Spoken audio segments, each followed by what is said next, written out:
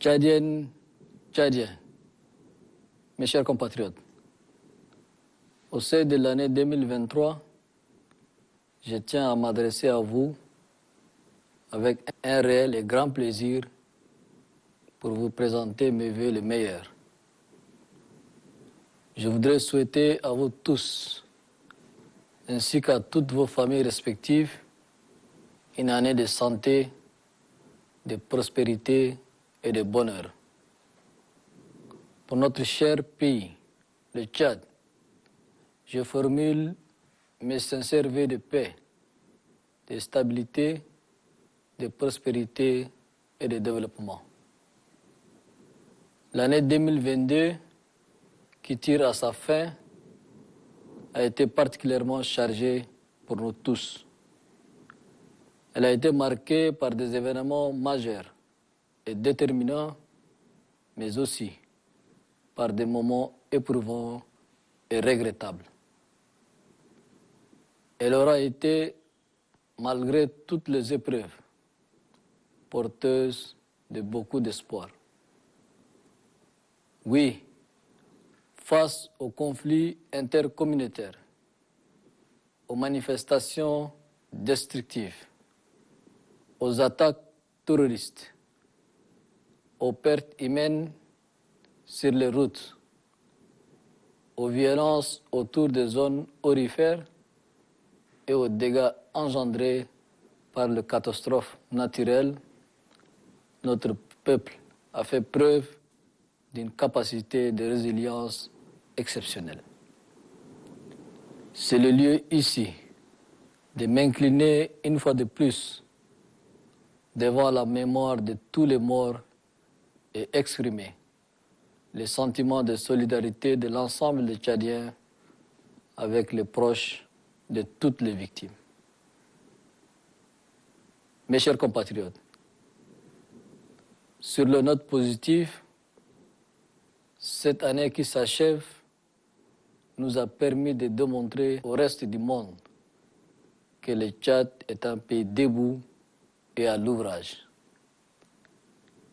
Un pays dont les enfants ont choisi de dialoguer et de se mettre ensemble pour travailler à son développement.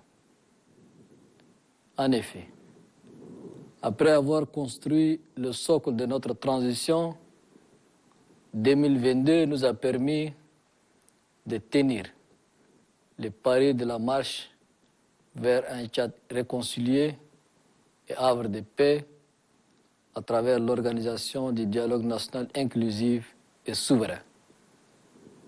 Ce dialogue a été organisé quelques jours après la signature de l'accord de paix historique de Doha, qui fut un autre grand pari gagné par le peuple tchadien tout entier.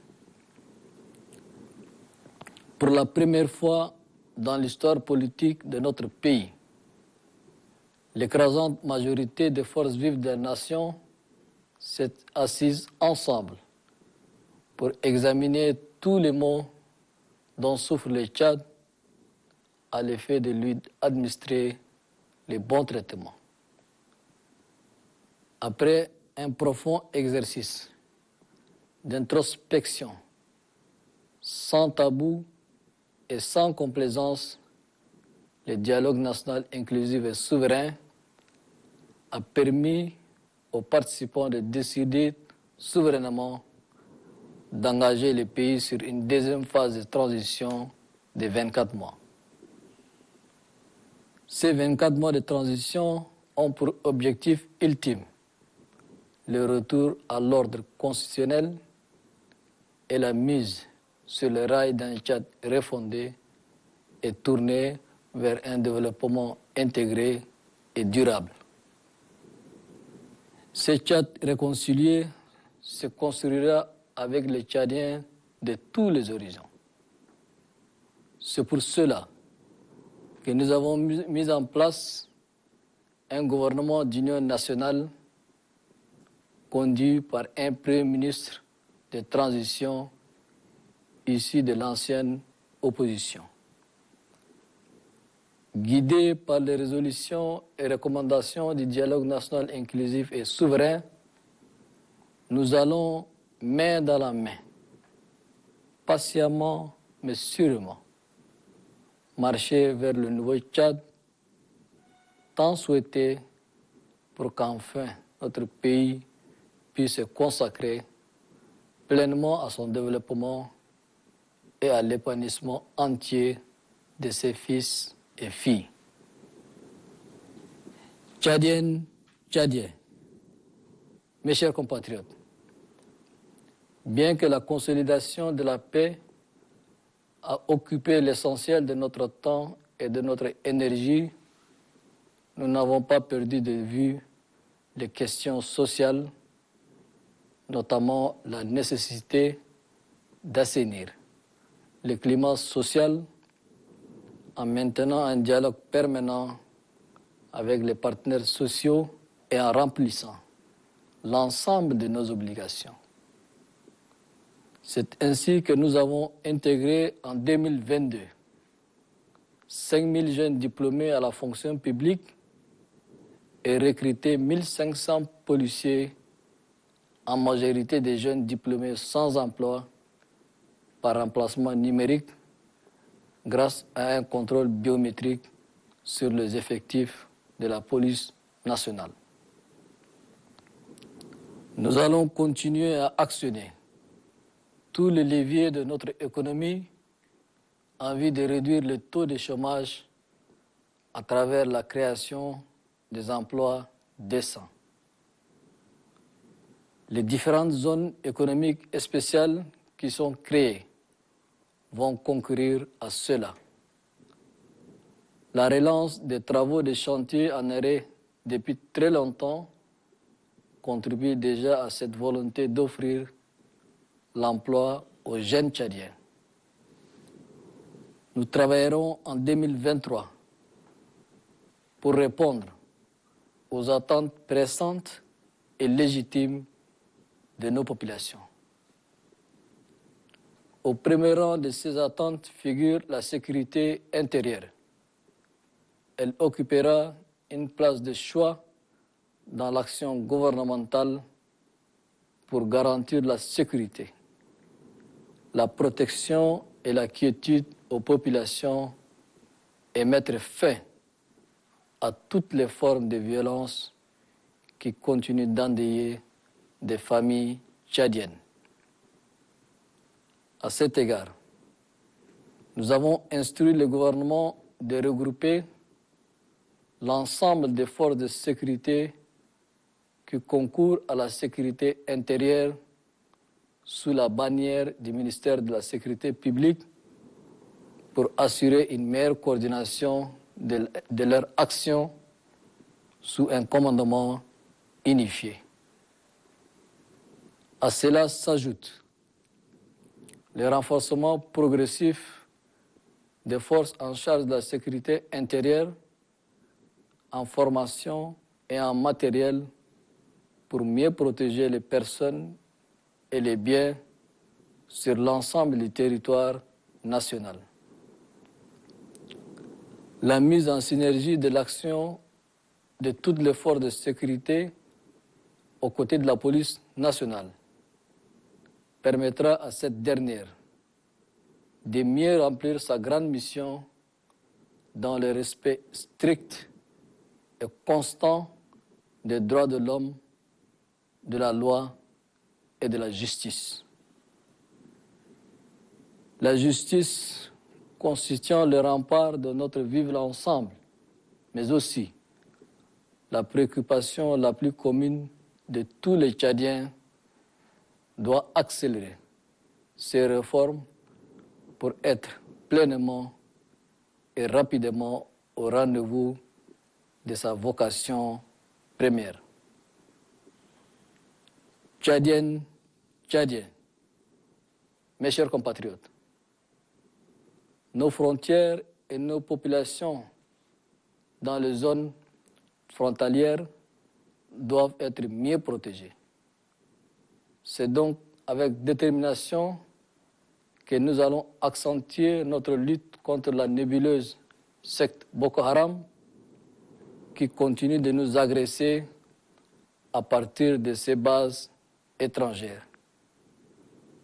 C'est aussi le lieu d'exprimer mon admiration à nos vaillantes forces de défense et de sécurité pour leur bravoure et leur sens de sacrifice.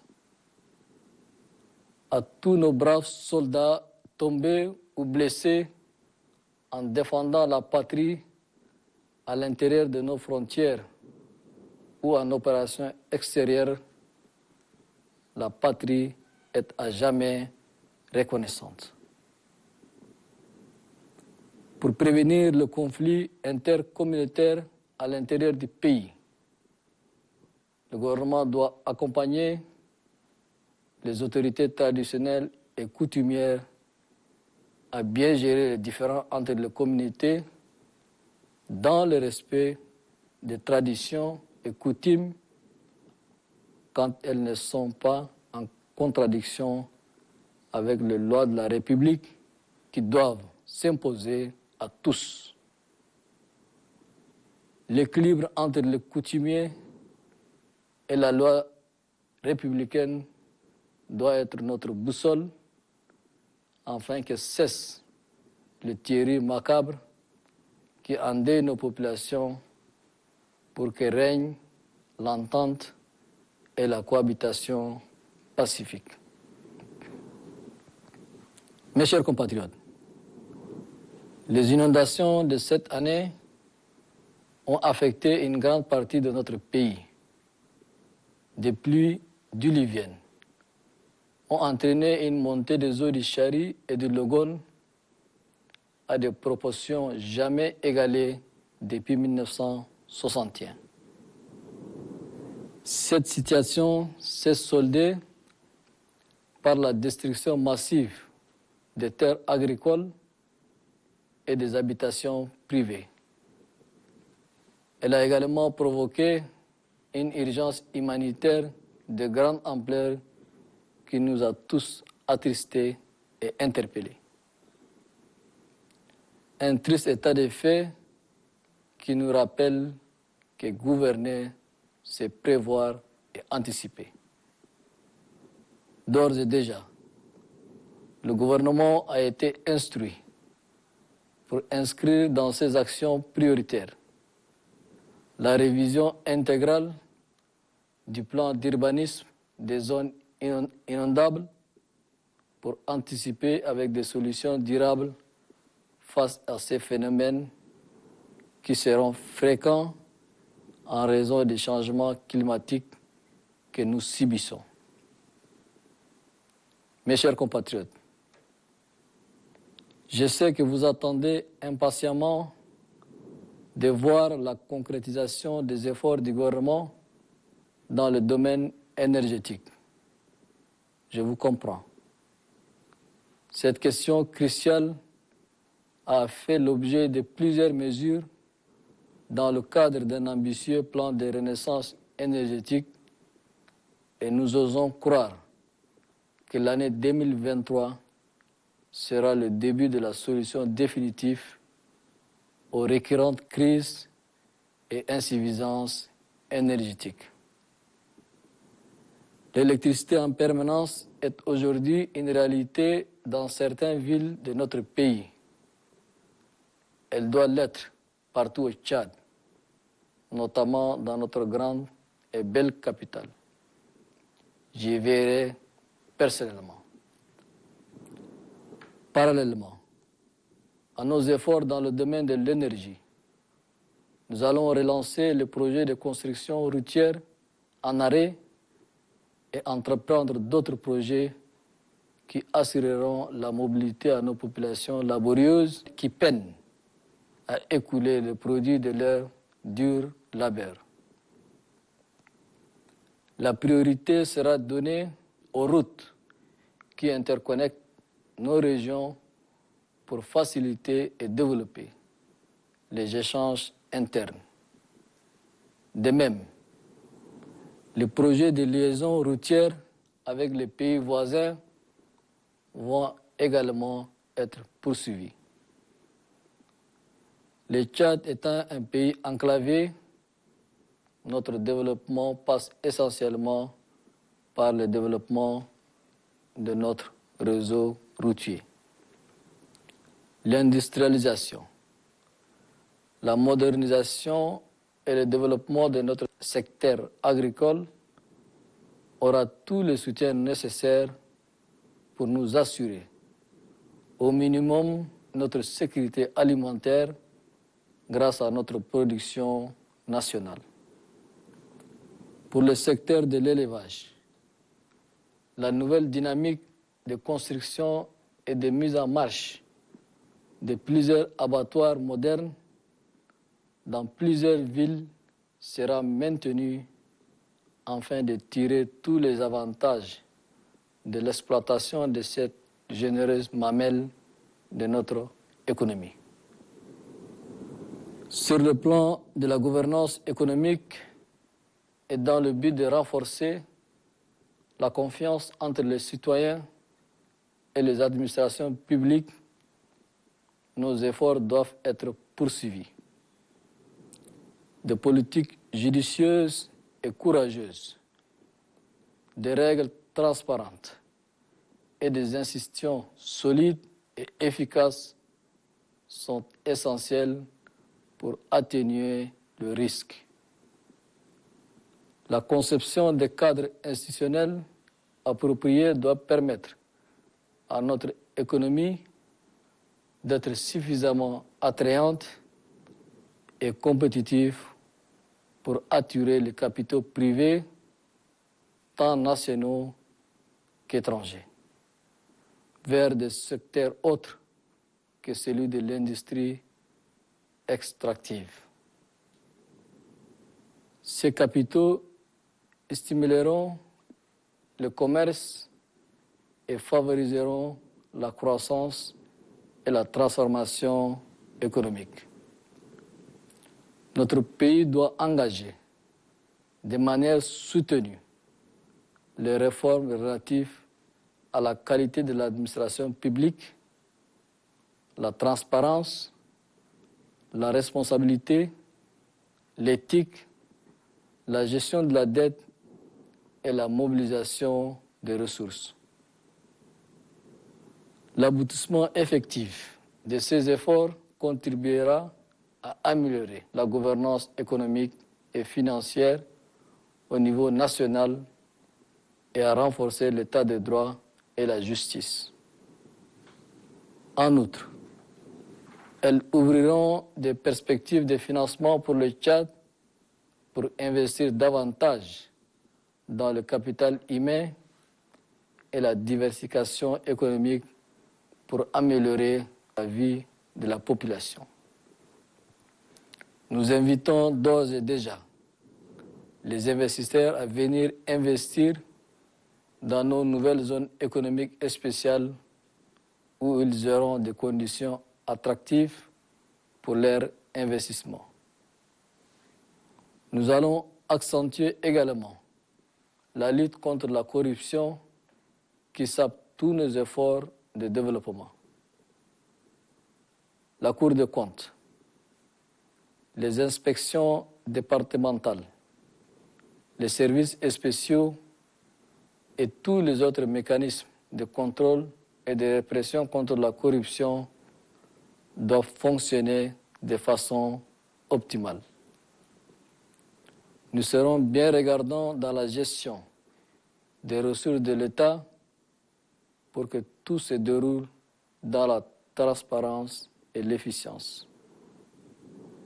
Cela implique la révision du Code des marchés publics pour corriger les insuffisances, la mise à jour de la mercuriale des prix, l'allègement des circuits de passation des marchés et la définition des seuils d'approbation des attributions. Ces réformes seront soutenues par la restauration du prestige de l'État, le respect des critères de compétence et de probité dans les nominations et un combat sans complaisance contre l'impunité par une justice sociale saine et respectueuse des vertus cardinales des droits de l'homme. Tchadiennes, Tchadiens, au titre de mesures sociales, notamment des retraités civils et militaires, je salue le travail effectué par le gouvernement. Au moyen de la biométrie, du NNI et des versements mensuels de cotisations par le Trésor public à la CNRT, depuis janvier 2022, ces équipes ont recensé tous les retraités. C'est ainsi que les pensions ont été toujours payées dans le délai, en même temps qu'une partie des arriérés de pension et des économies importantes ont été réalisées. Pour ce qui est de l'année prochaine, j'instruis le gouvernement à revaloriser les petites pensions pour les porter à un minimum de 60 000 francs CFA au lieu de 32 000 francs CFA par coupon pour les retraités les plus faibles. Cette mesure de revalorisation des pensions concernera environ 12 000 retraités. Le gouvernement doit parachever l'informatisation de nos caisses de retraite pour automatiser les démarches administratives liées à la retraite, tout en mettant en paiement le solde de tous les arriérés de pension au cours de l'année. Le gouvernement sera davantage soumis à l'obligation de résultats dans l'amélioration des conditions de vie et de travail de chaque citoyen tchadien. Les Tchadiennes et les Tchadiens exigent des résultats tangibles et des solutions adéquates à leurs attentes liées aux services sociaux de base, notamment à l'accès à l'énergie, à l'eau potable, à la santé, à l'éducation, mais aussi à un habitat décent, à la protection de l'environnement, à l'autonomisation de la femme, à la promotion de la jeunesse et au développement des sports. Tchadiennes, Tchadiens, mes chers compatriotes, respectueux de ces engagements internationaux, le Tchad continuera à remplir et à assumer pleinement sa responsabilité dans la lutte contre le terrorisme au Sahel et dans le bassin du lac Tchad. Dans cet élan, notre engagement au sein du G5 Sahel et de la CBLT, dont le Tchad vient de prendre les rênes, va évoluer conformément à la nouvelle dynamique que nous comptons impulser à nos deux organisations. Deux organisations qui ont montré leur efficacité dans l'espace Sahel. De plus, le Tchad entend œuvrer pour rendre plus efficace et plus opérationnel le cadre de coopération militaire qu'est la force mixte multinationale dans le but de pacifier le bassin du lac Tchad et de permettre à nos États de se consacrer à son développement et au sauvetage de ce lac vital pour nos populations.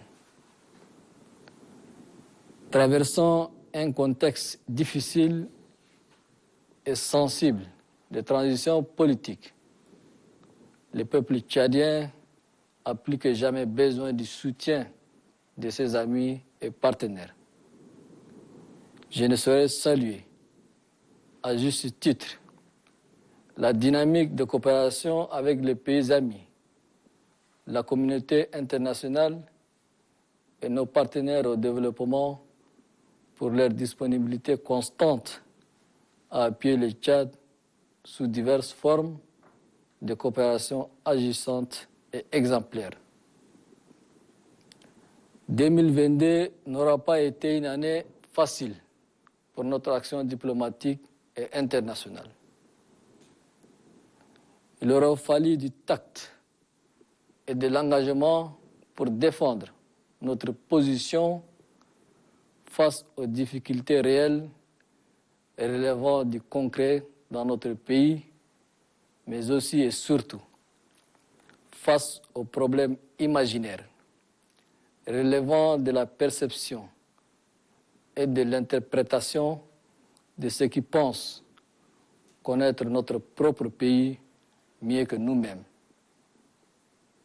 Malgré toutes les difficultés, le Tchad a fait entendre sa voix partout où cela a été nécessaire, comme en témoignent les nombreux succès diplomatiques enregistrés grâce aux efforts nationaux, régionaux et internationaux fournis par des Tchadiens et des amis du Tchad. C'est le lieu d'adresser mes vifs remerciements à l'endroit de tous ceux et de toutes celles qui ont soutenu le Tchad au niveau des leaders des pays frères et à l'échelle des organisations sous-régionales ou internationales. Pour l'année qui s'annonce, le Tchad mobilisera toutes ses ressources propres et saura compter sur l'accompagnement de ses partenaires et pays amis pour mener les prochaines étapes du processus de transition vers un dénouement heureux. Les étapes prochaines seront celles de l'élaboration et l'adoption d'une nouvelle constitution par voie référendaire, mais aussi l'organisation d'un référendum sur la forme de l'État. Un double référendum qui ouvrira la voie à un processus électoral inédit qui sera le plus inclusif et transparent de toute l'histoire électorale et politique de notre pays. Pour terminer, je réitère mes vœux que la nouvelle année engage chacun de nous dans l'œuvre collective de construction du nouveau Tchad. Cette construction implique l'apport de tous. C'est pourquoi je profite de cette occasion pour tendre une fois de plus ma main en direction de nos compatriotes qui ont choisi, pour une raison ou une autre, de se mettre de côté. Cette main tendue est aussi à l'endroit de ceux qui ont refusé de signer l'accord de paix de Doha pour persister dans la logique de la violence. Je salue enfin le courage et le patriotisme de ceux qui nous ont rejoints pour bâtir ensemble le Tchad que nous voulons. Bonne et heureuse année 2023. Que Dieu vous bénisse, que Dieu bénisse le Tchad.